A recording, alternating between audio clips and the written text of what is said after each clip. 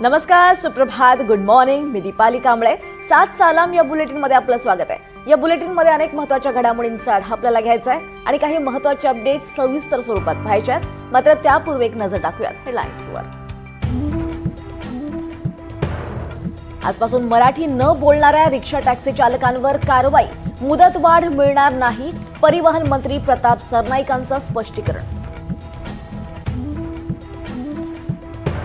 संभाजीनगरमधील विद्यार्थ्यांचं अभिजित दिपके सोबतचं आंदोलन स्थगित. पुढील 8 दिवसात परीक्षा घेण्याचा निर्णय व्हावा, अन्यथा आंदोलनाचा इशारा. नाशिकमध्ये खड्ड्यांविरोधात ठाकरे गटाचा आज जन आक्रोश मोर्चा. मोठ्या प्रमाणात कार्यकर्ते आणि शिवसैनिक उपस्थित राहण्याची शक्यता.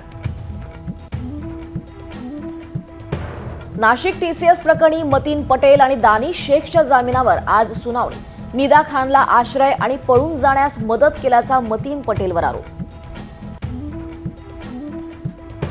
नाशिकमध्ये ड्रग्ज पेडलरवर गोळीबार. अतिरक्तस्रावामुळे सुमित पगारेचा मृत्यू. आरोपीचा शोध सुरू.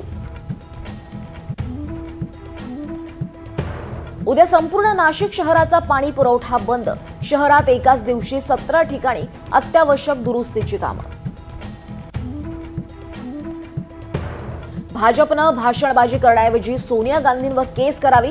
प्रशांत किशोर यांची वंदे मातरमच्या वादावर भूमिका.